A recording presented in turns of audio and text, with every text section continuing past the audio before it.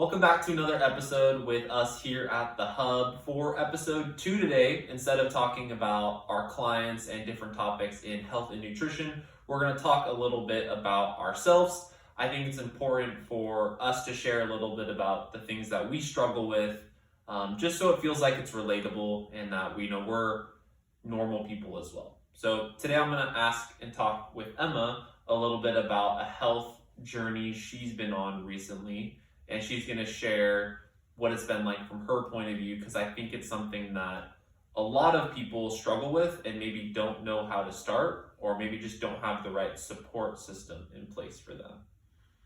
So, Emma, over the last couple months, starting in summer, what did you decide you needed to start working on? And I guess why, and you can start wherever you need to start. Okay. Over the summer, I went back to California. Every summer, I work for a collegiate baseball team, a summer league baseball team, and there's a lot of hours involved with that. So it's very easy, especially in my profession, to either be in work mode or to be completely off work mode. And if you're working so much and a lot, it gets very tempting to go to the bars a lot when you can, drink when you can, hang out with friends. And so sometimes you can forget, the importance of recovery or sleep or just kind of keeping a handle on that stuff. Every night, it's pretty much being surrounded by people who are drinking and having fun at the games. And so every night is kind of like that. And I think when you are a spectator at a game, it's every once in a while, it's not that often, but it's very easy working in like a really long season to get caught up in doing that a lot. And so this season, I caught myself kind of going into those habits early on, and it wasn't really affecting my ability to work or do anything like that, but I was just, I was getting more tired. I wasn't really having a lot of energy. I was waking up later, and so then I was kind of struggling, making sure I was eating enough and eating consistently. And so kind of in the middle of the season, I started to kind of have some sober, curious thoughts of what the season would look like if I didn't incorporate those things. At first it was kind of nerve-wracking, one, because drinking and partying is just a part of normal society now. It's been intertwined in so many things that we do, whether it's going to the movies or going to a concert or, just going to the bar after work. It's just something that is very normalized now. But something that isn't really talked about is kind of that in-between spot of, it doesn't really seem like there's a problem, you have it under control, and this is a full-blown problem. You're choosing alcohol over people you love and other priorities that you have in life. And most people are nowhere near that other side of the spectrum. And so everything before that kind of seems like, it's not that bad. Like, I'm not an alcoholic. I just have a couple of drinks here. I'm a social drinker. Well, if you're social all the time and every day. Exactly. So there has to be a balance with how often you're doing that stuff for you to, say I'm a social drinker and have that not mean something worse. And so again, I wasn't really doing anything that was worrisome. I was just kind of having thoughts of, maybe it's not serving me the way I want. Like, I want to be able to, be the best that I can be at work, and I want to be able to feel good when I'm not at work, and when I'm working as well. But all of these thoughts kind of led me down a path of, I think I want to do this. And I knew somebody in my life that was around the Potters who has been sober for a really, really long time. And I remember walking over to the clubhouse to talk to this person, and this is the first person I even told. I didn't even tell Tyler. I didn't tell any of my friends. I was very lost about it. I didn't know whether it was a good thing. I didn't know whether it was a bad thing. I didn't know what people were going to say. I didn't want anyone to judge me. I didn't want anyone to be like, oh, what'd you do? Why are you thinking of being sober? Yeah, so like a part of that is like coming to, because it's like in that gray area where, oh, like unless I'm someone that has alcohol as a problem and I'm labeled as an alcoholic and I'm almost forced to get help in some way, it's kind of like if I just want to remove alcohol, people's almost intention and fear behind bringing it forward is that they're going to think, oh, do you have some secret problem that we're not aware of? Exactly. Or... And so I didn't want any of those assumptions, especially in such a vulnerable space. But I really trusted this person, and it allowed me to open up to them about what I was feeling and how I was feeling, and talking to somebody who's been through that. Like, obviously not everybody's situation is going to be the same, and what I'm going through might not be the same as this person, but they were really able to help me feel good about this decision. Like, this is a really great thing. Like, tried to kind of give the positive sides of what I was attempting to do, and kind of more the realistic side as well, that, it's going to be a challenge. It's not going to be easy, especially being around other people who drink. And I mean, I've always really been a drinker, with friends and family, and so it's not really like I only have certain situations where this is around. So I knew it was going to be challenging for me, but it just felt like the right thing to do. I can't really explain it any different than that. I think I just reached a point that, let's try it. Let's just see what happens. I had said that in the past, and I never really went any further than I would go out with friends. I think I wouldn't be drinking, and then they say, oh yeah, I'm gonna get a drink, and then I'd end up drinking, and I'd be like, oh, just kidding, didn't do that. But this time I actually wanted to stick to it, and what I ended up doing was just kind of quitting cold turkey, and I downloaded the Reframe app. I had seen maybe the week before, and that's probably where all these thoughts kind of came into play, was I'd seen a lot of advertisements on either Instagram, Facebook, or both about the Reframe app. And basically what it is to reframe your habits around drinking. They have two different versions of the app. You can either do quit drinking completely or lessen the amount of drinking that you're doing. And at first, because I really wanted to have this be very effective and kind of just go hard or go home, was to just completely stop drinking. And this app not only provided me like different resources to read every day, but it just kind of gave me some structure in such a time where I just didn't really feel like I knew what to do. Yeah. And that alone was kind of a realization, because I didn't think it was that important in my life. Yeah. And it isn't, and I don't think it was, but it was kind of an eye-opening moment to see how challenging it was to even conceptualize, okay, when I go to a bar, I'm going to have to figure out what to say.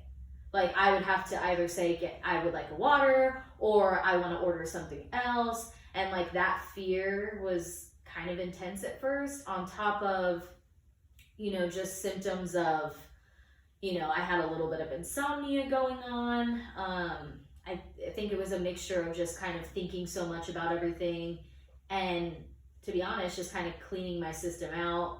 And so I didn't really tell anyone other than, my really close support system, that I mentioned earlier. I didn't really tell anybody about it until I started to feel more comfortable, and I started to feel better, and I started to learn more about, how alcohol really does just change how you think. Changes how you are, changes your brain chemistry, and it was really interesting to see how many things I related to in this app and the daily readings and people's stories. People were talking about, I've been sober 7, 8, 9, 10 years, and their stories weren't, I was a full-blown alcoholic, I was drinking instead of going to work, I, had all these horrible things happen. A lot of them were, I started partying in high school, and now I just kind of drink with friends, we go to brunch often. It just sounded like a lot of people in society, but with these people who decided to get clean, there was just a point that they reached where they had just kind of had enough and they wanted to step away from it. Yeah. And I think that's where I know we have some friends that are in this position. I think a lot of people are, as like we get, maybe 25 and on, where again, alcohol is just so much a part of the culture around celebration, around going out, around, Sunday brunch, around, when times are tough and you have a drink with your friends. It's like there's almost everything, there's almost every emotion associated with it. And it's like when that happens at such a young age, we end up finding ourselves later in life, maybe like, wow, like, maybe I'm now having some health effects from it, or maybe I just have I'm in a place where I need to change my health. And the fact that I do drink or drink regularly is holding me back from being able to do that. And so now it's like, well, how do I give space between myself and this thing that now I've, attached to so many different things, and so many people around me do it. And again, like Emma said, like, it's not that, everyone has this gigantic problem. And there's a lot of people that can, drink alcohol or do anything in life and not have, an attachment to it that way. But I think a lot of people do. And I think that term, like sober curious, and the fear of like having to answer those questions if you want to be sober or remove alcohol for a little bit, can be what really holds someone back. So like in that process, what was some of the hard things, and what was some of the challenges that you had, and what made it a little bit easier? Okay. Like I said, I think the biggest challenge I had early on was like common withdrawal symptoms. I think one, the withdrawal symptom itself, but then also just the realization that I had put myself in a position where I actually was experiencing withdrawal symptoms was the hardest, given that I was working 6 days a week, sometimes 7, and I was, my hours were long. I mean, I love my job and it was amazing, but it's just a lot of time on my feet. The heat, it was like over 100 degrees over there this summer. That I think not sleeping, even though all I wanted to do was sleep, was really, really challenging. I think the other challenge I had was not telling anyone, and not explaining to every single person, at least at first, what I was doing, why I was doing it, like how I felt about the whole situation. I think it was very hard communicating with you over that time, because I didn't tell Tyler until I'd at least done it for 30 days. And he had come to California and I had this conversation with him in person. But before him, I maybe told 2 or 3 people. And I think getting myself to talk to that first person was probably one of the most challenging things. Because again, I wasn't really afraid that somebody was going to judge me. It was weird saying it out loud to somebody that wasn't me, or wasn't in my own thoughts, and just kind of putting it out there, it just made it more real. And so those were my challenges that I had. But once I did that, I was like telling everyone. I was like super excited.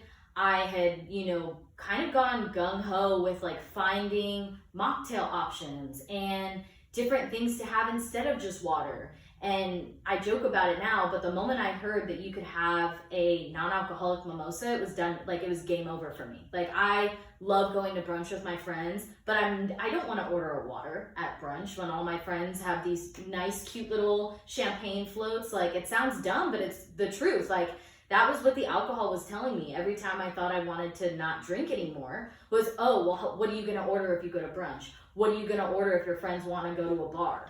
It's not that I can't be around alcohol. I still want to be able to go out and have fun. I mean, I live in Memphis. Like, I want to be able to, go out and be young and all of that, but without alcohol. And so I really kind of dove into that. And I think finding substitutions and teaching my friends substitutions has been really, really fun. My favorite drink that I like right now is just like a ginger beer and some lime juice and like a lime. And the cool thing is if I, my close friends and Tyler obviously know I'm not drinking. So they know when I'm ordering a ginger beer that there's no alcohol in it. But if I'm with a group of people that I don't know, I don't have to tell everyone, oh, I'm ordering something that's not like that doesn't have alcohol in it. It's like, no, I just order it and it looks like what everybody else is doing, and no one has to ask me questions. I get to just live my life the way I want. Mm-hmm. And I did experience some, oh, well, are you pregnant? Oh, what'd you do? Oh, what happened? And the way I respond to it is I'm kind of serious, but I'm kind of joking. Like, why am I the one that's weird, that I don't want to drink? It's just society has twisted that for us, that people who choose to be sober, oh, well, they must be sober for some horrific reason, or because they're pregnant, or because of some other like underlying health condition. And it's like, no, I'm just a normal person in my mid to late 20s who just decided one day, drinking just isn't worth it. And now I'm post like 150 days, and I don't even miss it. I don't miss being drunk. I don't miss feeling like crap the next day. I don't miss browning out and forgetting certain details of the night, or sleeping in so late and wasting my day because I stayed out so late because I was drunk. Like, it's just, I don't miss it. I do not regret my decision doing it. I want to help other people who are kind of in the same place as me, learning that you're kind of a gray area drinker where, you have told yourself, hey, I'm not going to drink that much tonight, or hey, I don't think I'm going to drink tonight. But then the moment there's any kind of peer pressure, or your mood changes in either good or bad direction, and then you end up drinking. It's like, well, you told yourself you weren't going to, but you did anyways. Mm-hmm. It's like this whole, the habit of it is what helps dictate your decisions. And that is basically created by drinking alcohol and doing other vices and substances like that. That's kind of the change that happens, not just the effect on your liver and the effect on your relationships, which those things do happen. But if you are a gray area drinker and you don't think you have a problem and you aren't, like a full-blown alcoholic yet, you're not going to relate to the cirrhosis of the liver. You're not going to relate to, ruining all your relationships with your friends, because more often than not, you're drinking with your friends. Mm-hmm. You're having fun. A lot of the times you're not pushing it to that extreme. Sometimes you do by accident, on purpose, whatever the situation may be. But that gray area drinking, the way that it's spoken about, no one's really going to learn or think that's what they are unless you say something that's relatable to that situation. Yeah. What are some things that helped? I know, like, after those couple months, like when we came back, that we started working out, we started, eating better and training and having more health-focused goals. Do you feel like having things outside of just, okay, I removed alcohol, I'm replacing it with better things, I'm still going out and like doing the same activities that involve alcohol, but again, building a new habit of like, I don't have to, it's not this activity and alcohol, it's this activity and what I want it to be, not just this other thing. Did having extra things over that in terms of like coming back and working out, did that help make it feel like you were continually making progress? Yes. I don't think that's how I felt at first. Mm-hmm. So I definitely believe that what helped in the very beginning with the Reframe app was it gave me daily things that I had to do. And I'm a very like checklist, to-do list type person. And so it helped fill the void and give me time away from just thinking about not drinking and this decision that I was making. Once I had kind of conquered all of that and I didn't really need that assistance every day, I did need to have something to replace even that in my day so that I could keep, progressing forward and not regress backwards. And so I think it just made sense based on this decision that I made and the decision that, for a while I haven't been super comfortable in my body and what I look like and how often I exercise or lack of exercise before this point. Being an athletic trainer, it was always kind of something that would bug me. The fact that I wanted to preach all these good healthy habits, but I wasn't really doing them consistently enough, like what I was telling my athletes to do. So it was kind of like an insecurity I had for a really long time. And so when everything kind of came to a head and I was sober at this point, it just made sense to be like, okay, well, why would you stop at just not drinking? Why don't you go big or go home and work out 3 days a week and push yourself and continue to, eat healthy and make sure you're eating enough, especially with adding more activity. I think it definitely gave me that structure. And especially at first, the structure is really important. The moment you're just kind of sitting around with your thoughts, that's when those old habits can start to creep up. And I found a couple of those situations come up for me, and I'm really glad that I pushed through and, didn't let myself stay down or, any of that. But the structure definitely helped. And on that note, something that my friend told me that really helped me through this entire process of kind of like the ups and downs of whether it was difficult one day or not difficult the other day was, if you drink, that's okay. But what are you going to do after that? Mm-hmm. Like, it's not like, don't be down on yourself. It's going to be a very hard thing to change, especially when everything in society tells you to drink and to, party. That's just what society tells us to do and what's normal. So again, that struggle is always going to be there. But what are you going to do moving forward? Don't beat yourself up. Have self-compassion. And seeing it that way really removed a lot of the pressure for me to fail. Because there was, a couple times where I either, did have a drink or I wanted to drink, and I allowed for myself to feel that. And then I played it forward. If I had this drink, would I stop there? If I didn't stop there, how many would I have? Mm-hmm. What would I feel like if I only allowed myself this one drink? Would that one drink do anything to me or what I wanted out of it? No. Would it be worth it? No. I just gave all this time and effort to, discover in myself that I really don't need alcohol. It wasn't fun anymore. I wasn't really enjoying being drunk. But again, when I got to the point when I was drinking, I was doing it for the feeling. I was doing it to get drunk. So if I allow myself to have one drink, I know damn well that one drink won't do anything for me. It'll just make me feel a little, and I'll be like, more. Mm-hmm. That's just, that's just a habit talking though. Yeah. That's not, I have a dependency for it. And it was that kind of difficulty that, made it very difficult for me to not want to fail. So I think going just completely cold turkey, incorporating healthy things in my life was really the only way it was going to work, was just to just go 100% and not allow myself to go 50%. Mm-hmm.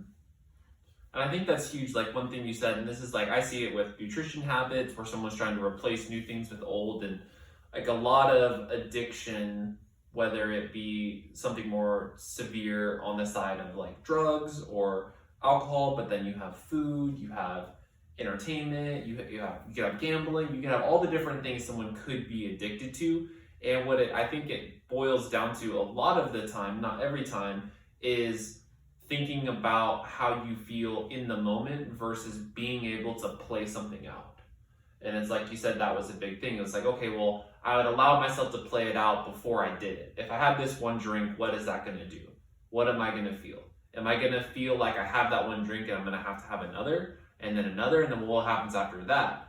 And it's like, the same thing could be said for food. Like, oh, I'm going to have this gigantic meal, and I know this food makes me not feel good, but like it sounds good in the moment. Well, it's like, okay, wait a second, play it out. I'm going to have this big thing. It's going to be maybe, good in the moment, but I'm going to like not get great sleep. I'm going to wake up the next morning and then, my stomach's going to be upset, and then I'm not going to have breakfast. I'm going to skip breakfast. I'm going to be really hungry at lunch. Then I'm going to binge eat at dinner. It's like being able to take yourself out of that emotion in the moment and then like play that out a little bit and just have that conversation with yourself. And I guess, there's people, like you said, in the Reframe app where it wasn't just about removing drinking as a whole. Some people wanted to find a balance if that was their case.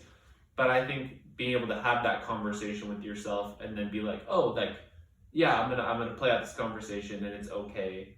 And then cool, I'm gonna go do the thing, whatever that is.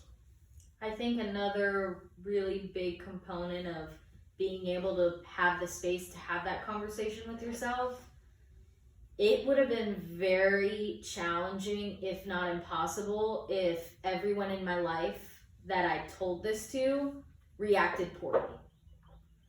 So everyone that I opened up to about this or decided to tell them was so excited. They were so proud of me. They're like, Emma, that's really great. Like, I support you.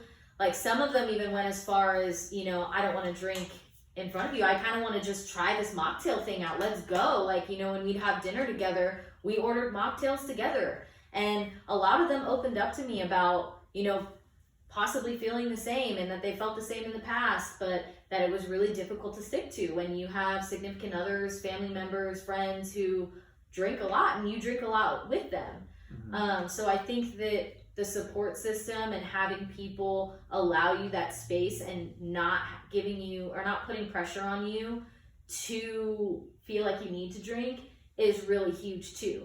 You can't expect to have this conversation with yourself midst going out while with other people if other people are, no, you need to drink.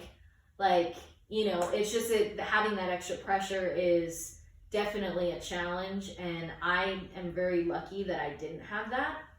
I kind of avoided the questions by going and approaching it head on. I would hang out with a friend. If it was the first time I was telling them, I'd be like, hey, I want to talk to you about something. And I'm that kind of person. I made it into like a bigger deal, but I didn't want to like order something without alcohol and have them ask me. I just felt like at first the asking me about it was a really intense way of me going about it. So I, you know, took control of that. But the support system really, really helped and has continued to help and keep me sober to this day. If just another quick thing to finish on, if you were going to go back and do it again, say you were in the same position, but you know what you know now, what would you do differently and what would you do the same? I think I can't take away the realization and the impact that realization had on my ability to stick with it. Mm-hmm. But I guess knowing what I know now is I think I would have confided in more people. I did really feel in the beginning like I was kind of alone. But being alone gave me the space to look at myself in the mirror and actually be able to decide what things in this reframe app that they're talking about that people usually experience or what's happening, how much of that is actually relatable to me. And I feel like we always get in the habit of being perfect for everybody else. And, you know, even on social media, we basically choose what everybody sees about us or everybody learns about us. The things we don't want on there, we don't put on there. And so by having that space to be alone, the good, the bad, the ugly was there. And no one else was there to see it. And there was a lot more, I wouldn't say ugly, but there was a lot more negative things that I was seeing in results of my drinking than I wanted to admit. And so I don't know if I had people there in the beginning, if I would have stuck with it. I don't know, maybe I would have, but I feel like that realization and like that like aha moment is why I kept deciding to be sober. So I guess with that answer, I wouldn't change how I would have done it. Yeah. Yeah. And I'd say, like, from an outside perspective, not telling yourself that by removing alcohol or removing whatever habit you're trying to maybe work away from is like, you know, if it's alcohol, for example, it's like if you remove that, it's telling yourself, well, that doesn't mean you have to remove going out, having fun, partying, celebrating, you know, mourning or whatever it is. It's just learning that there's other ways to do it that might serve you better for where you are at right now. And I think, like you said, like the fear of that is, well, if I take out alcohol, like I'm not gonna get to go out with my friends or the guys or the girls. I can't do brunch. Like, what am I going to say? It's like, well, like you said, more often than not, the people that really do care about you, they want to support you regardless of your decision.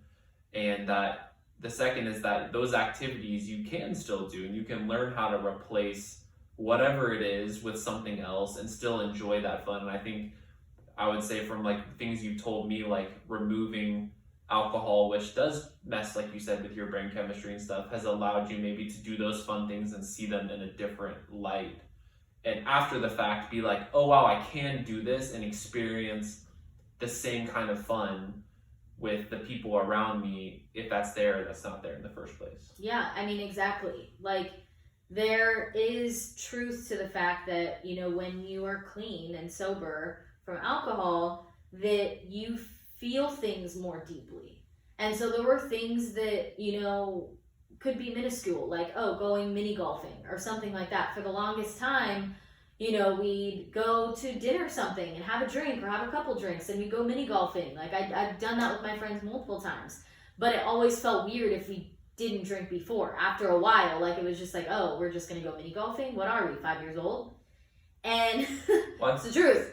Yeah. And now that I'm sober, I've found again the joy that I felt when I was younger when I did stuff without alcohol. I used to be able to go to concerts without alcohol. I mean, we just went to a show recently, and it's something where, you know, before this point, I definitely would have had 1, 2, 3, 4, maybe 5 drinks, and I would have been fine, and I would have had fun, but it would have been because I was drunk, not because of the activity. And so I've relearned how to have fun with the activity, if that makes sense. Yeah. And I think, you know, we always hear, whether it's alcohol or other things, that we're all aware of like what it does to us and like the healthy things and why to remove it, and the knowledge of it causes this and it messes with this. But it's like, it all boils down to like behavior and how you in the relationship with it can change or not change, and you have to be the one to kind of do that and make that change for yourself. Yeah, you just have to be able to assess, like, no BS. Essentially, you know, what you actually are wanting out of drinking and what you're getting from it. If you can be realistic about those two things, it may not look as, you know, harmless as you think. If it's to escape from things, if it's to make yourself feel better, if it's to, you know, get completely plastered and black out because you're upset with something in your life, those aren't good. But, you know, those can be masked by, oh, I'm just trying to have fun, or, oh, I never get to go out, or, oh, I'm always in work mode, so this is me completely letting go. Those are the ways that, you know, deep down they could mean other things. And you're really only going to know that if you, you know, truly assess how you feel. And I think that'd just be an interesting experiment. Like, you know, Emma was saying at the beginning that not everyone is this, like, I have a problem with alcohol, but I do drink regularly, and I'm at a point where I don't think that is a problem. I think with what you said is alcohol and other things can cover up, well, why am I drinking? Like, what is the cause of this? So it'd be an interesting experiment for someone to just do, like, you know, there's like the sober October, or doing 30 days or 45 days or 60 days. And then analyzing, it's like, well, does my life change with this being gone or not? And if you're someone where it doesn't have an effect, then it's like, that's great. You can be the person that has a drink here and there and it doesn't affect you and doesn't change anything. But maybe you are someone where you're like, wow, like, I didn't realize that I was using this to, you know, escape away from a bad relationship or a bad job or a bad friendship, or these things that are, well, if you fix the underlying problem, then you won't have to drink. It's just like in medicine where it's like we tend to treat, you know, the symptoms rather than the cause. Well, if you're doing that with a vice like alcohol, then you're never going to get to the bottom solution. You're never going to, you know, solve that problem, and you're going to continue on and probably be unhappy and not even know why. I mean, the main point that I think needs to be understood is, even though alcohol is so normalized in society, this sentence right here, if you do something because you're bored, everyone else is doing it, to avoid feeling bad things, or to just have fun, you could literally insert any drug or alcohol substance in that, and everyone who does that vice could relate. It's like I joke with Tyler all the time, you know, caffeine is a drug. It is very normalized with energy drinks and coffee and all of that. But some of the things I catch Tyler saying about, you know, wanting it in the morning or attaching it to certain things, it's like, even though it's not making you drunk, you're still almost having it out of habit or boredom, or because it's attached to something that you already do. And it's just, even when you don't even need it, it's just something you do. And you think about it, it's like, that kind of sounds like a lot of other drugs out there. And so I think if we stop trying to see these normalized drugs as anything more than what they really are, drugs, then we're actually going to be able to have a better understanding of what these, you know, drugs and substances are doing to us. Not even just physically, but emotionally and mentally and spiritually. Like, I really did not think that I was as, I think, imbalanced as I was. Like, I had no idea. And then once I was able to actually start to feel a lot more and see what real joy was, I was like, wow, what was I doing? Why did I let myself get to that point? And so I think it's just, you know, calling it what it is and doing your best. And again, not putting so much pressure on yourself, but giving yourself the space to be able to take something out of your life that no longer serves you. Yeah. Well, if you did tune into the whole episode and you listened to the whole thing, we always do appreciate it. Emma did mention the Reframe app a good amount of times, so we'll include that in the information section on the video so that if you are interested in checking it out, that you know where to find that. But yeah, unless you have anything else to say, I think that That's covers pretty much it. it. I hope that I was able to, you know, share what I was feeling, and that if any of you guys do relate to what I'm feeling, it's never too late. It's definitely a time in society where there is a lot more awareness, and don't feel defeated if you do relate to anything that I said. Honestly, it's a pretty good journey. I would do it 10 times out of 10 times again. Just stay strong. Cool.